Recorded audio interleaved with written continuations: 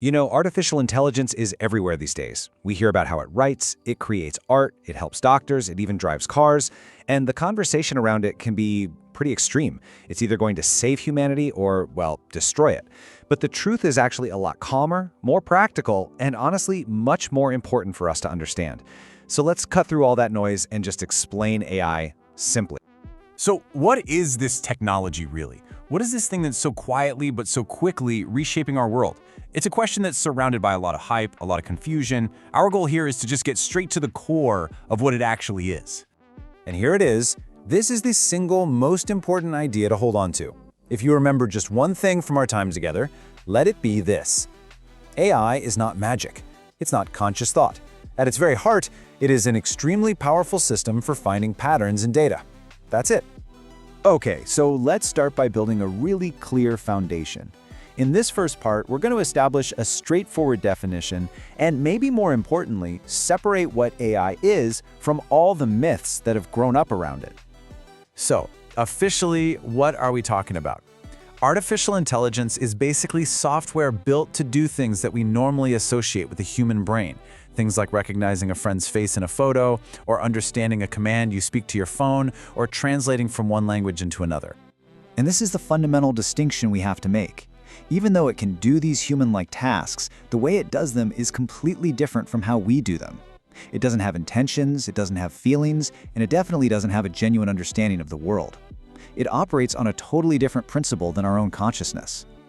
This table really helps visualize that difference, I think.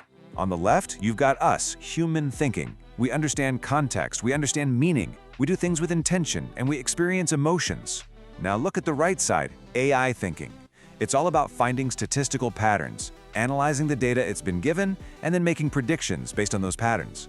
It's all calculation, it's not consciousness. Now, to get a little more precise, people usually talk about AI in three different categories. First, you have narrow AI. This is an AI that's designed to do one specific job really well. And honestly, this is everything we have today, from your email spam filter to advanced medical scanners.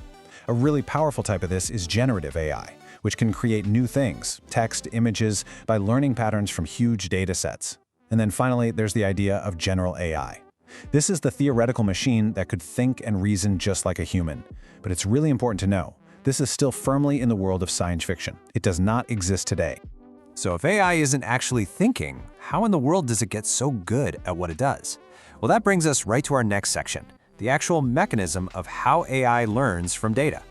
You know, the best way to wrap your head around this is to think about how a little kid learns to speak. You weren't sat down with a giant grammar textbook. You were just surrounded by thousands and thousands of examples of language, and your brain, it just gradually figured out the patterns. Modern AI, through a process called machine learning, works in a very similar way. It just uses math instead of brain cells. At the very core of this learning process are systems we call neural networks. And this is a great, simple illustration of how they work, usually in layers. So, to recognize an object in a picture, the first layer might just detect really basic things, like simple edges and colors. Then the next layer up combines those edges into basic shapes. And a final layer puts all those shapes together to identify, say, a face, or a car, or a cat. It's this step-by-step process of recognizing more and more complex patterns. And this exact same logic applies to language.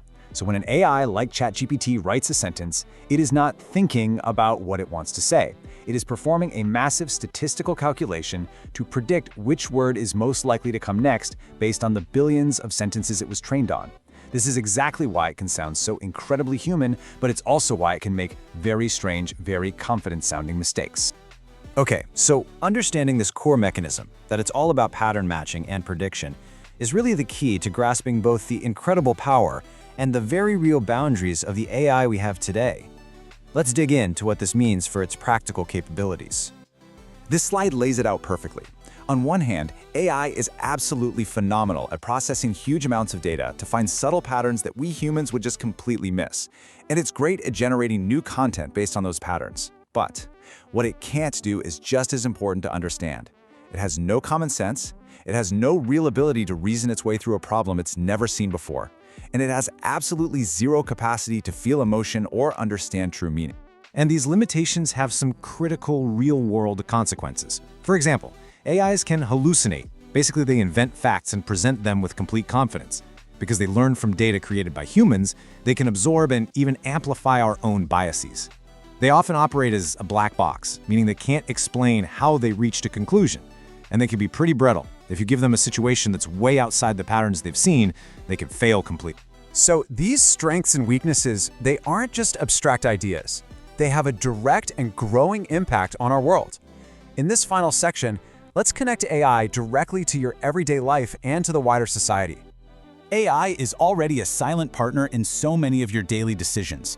It curates the information you see online, everything from your search results to the videos recommended to you. It's what determines the ads you're shown. And more, it's being used to make really critical decisions about things like who gets a loan or even who gets a job interview.